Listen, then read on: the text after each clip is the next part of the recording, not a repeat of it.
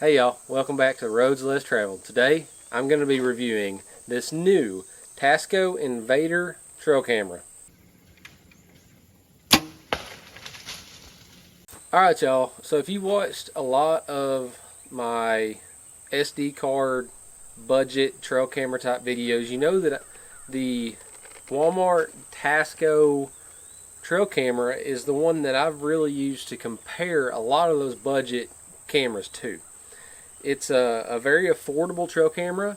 It takes decent photos, and I've had very good luck with them. As a matter of fact, I think the oldest camera, Tasco camera that I have that I'm still using, I purchased in 2017. And now keep in mind, I run these cameras pretty much year round. So it has been out in the woods for at least 9 months a year since 2017, and it is still working flawlessly. Those first versions of Tasco cameras, they were, I believe, 8 megapixel cameras, and then a year or two ago Tasco came out with a new camera, and they're really bad about publishing the names of those cameras. I don't know what the name of the camera was. It was just a Tasco trail camera, but it had a more redesigned look to it. And it was 12 megapixels. When those came out and I first saw them, I immediately purchased one and I did a review on it. It's on my channel. It's been one of my most successful videos to date. So if you haven't seen that, go check it out. That's been a very good camera as well. So yesterday I was in my local Walmart picking up a few things, and like I usually do, I just kind of walk through the hunting section and I look over and I see this little Tasco camera. It immediately caught my eye because I have never seen one like this. This thing, from what I can tell, is brand new. I did some Googling, some searching, and I can't find a lot of information out there on it. So hopefully this video will help a lot of you guys out. This camera, being new, I'm going to go over some of the few differences I see just right off the bat. First off, it's 20 megapixels. Okay, this previous version Tasco, I believe the old one was 8 megapixels, and the latest version was, I think, 12 megapixels. So this one's 20. So maybe the image sensor is a little bit better. We'll be able to tell that as we get into it.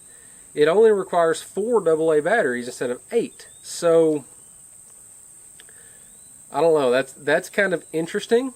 My main concern there is how's battery life going to be affected. And that's something that hopefully we can figure out in this test. It has a low glow. It says invisible flash, but in my mind, low glow is not invisible, but maybe it is an invisible flash.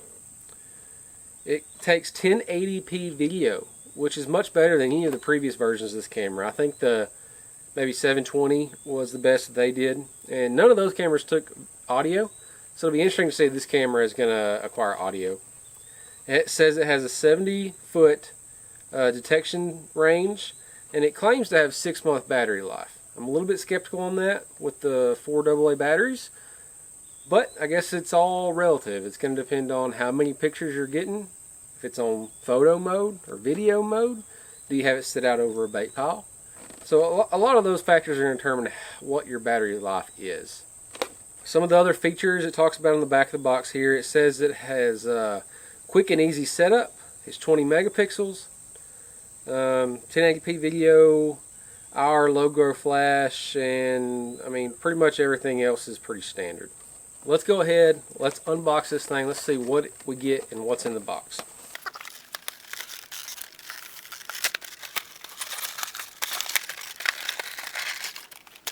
So we have a pretty basic instruction manual there.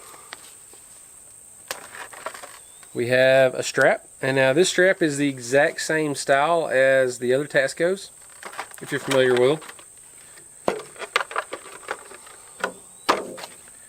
And finally, we have the camera, and it's a small little guy. I do like the small profile. It ought to be easier to hide. Let's pop it open here, and the inside looks a lot like the other Tascos as far as having a off, an aim, and an on switch, a small LCD screen, 2 arrows, and an OK button. Alright guys, I'm going to get some batteries in here, an SD card, and then I'll grab the camera and we'll turn it around and we'll go through the setup process together. So we got our camera batteries installed and our SD card. We're going to switch it to the aim setting. There we go. To set our date and time, we're going to click OK. And then we can scroll up through the times. So we're going to say right now it's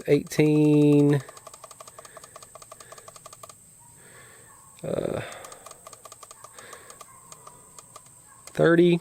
Our date is going to be 8/23.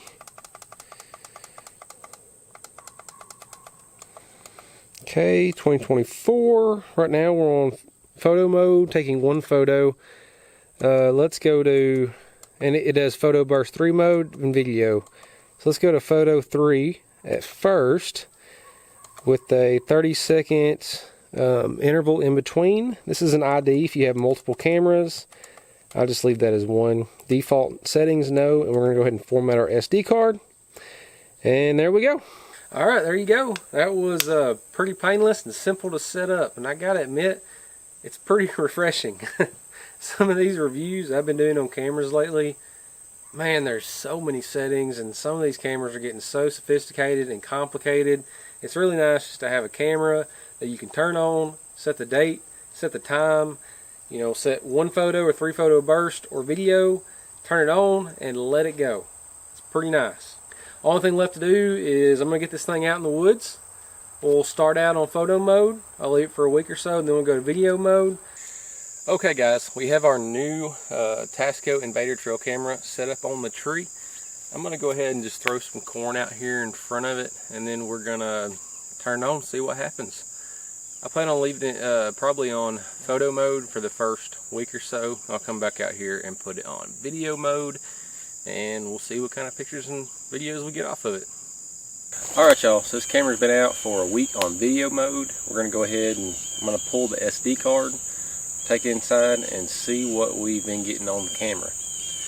This is a really important SD card pull because this is the only camera I've had back here for the last week or two. And the Arkansas early buck hunt kicks off in the morning. I'm not going to be able to hunt tomorrow, or at least tomorrow morning, but I want to know if there's been any bucks coming through this little pinch point. Anything that I want to target at least for the next few days during that early buck hunt. This big white oak tree behind me has been dropping a ton of acorns, and there's a ton of feed sign under this tree. Now I've put out a little bit of corn.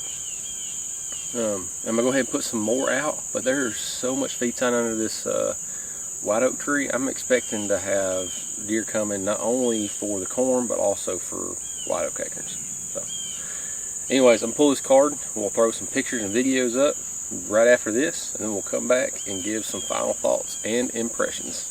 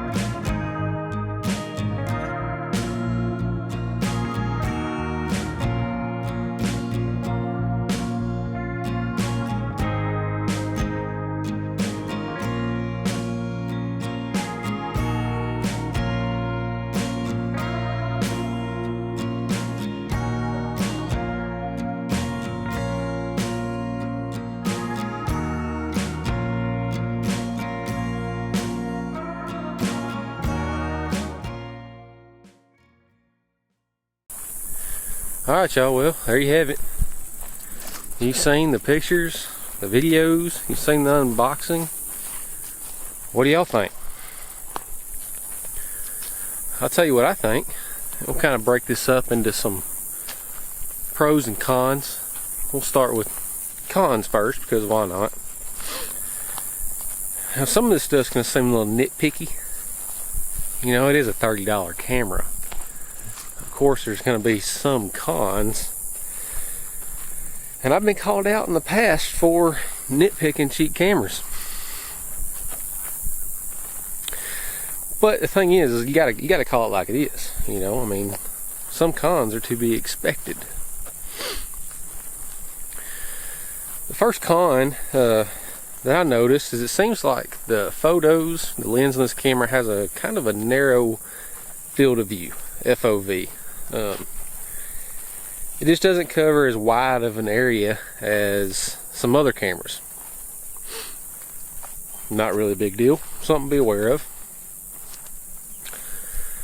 Number two, a lot of the nighttime photos to me seem like they were overexposed.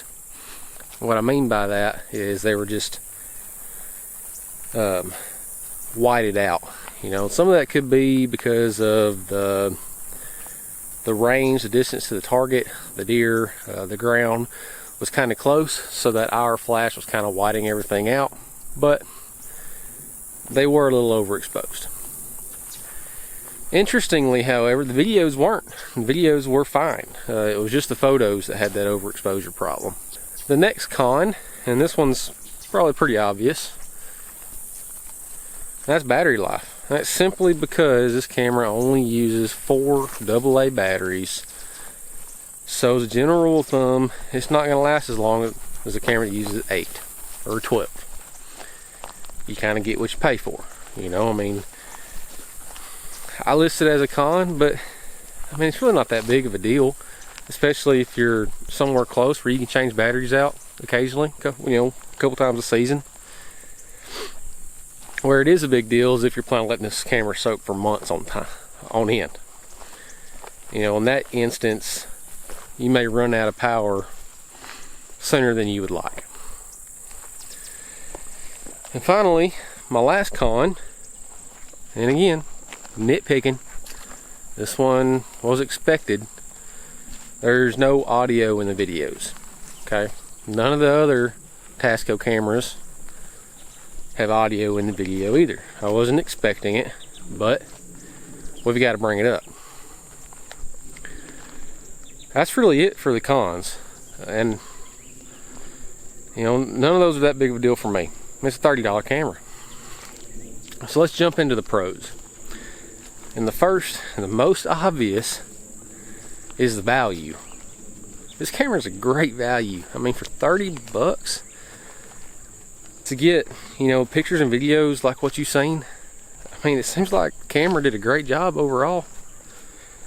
It's hard to beat that price point, in my opinion. Number two, I really like the profile of the camera. It's smaller than the Tascos in the past, so you'd think it should be a little bit easier to hide. I really like that. Another pro, it's very simple to use. Okay, I think I mentioned that earlier in the video. Some of these cameras nowadays are getting so complicated. It's like there's so many different menus and different settings. It's really refreshing just to have a camera you can just turn it on, set the date and the time, photo or video, and then let it go. I mean, it doesn't get any more simple than that. Now, it's yet to be seen how well this camera is going to hold up, but from my experience with Tascos in the past, they hold up really well. I really don't expect anything different from this camera, but time will tell. Overall, I really like this thing. I think it's a great value, and I mean, if you find one and you need a cheap camera to maybe sling around on some public land, not have to worry about losing a big investment, I mean, I think it'd be a great pickup.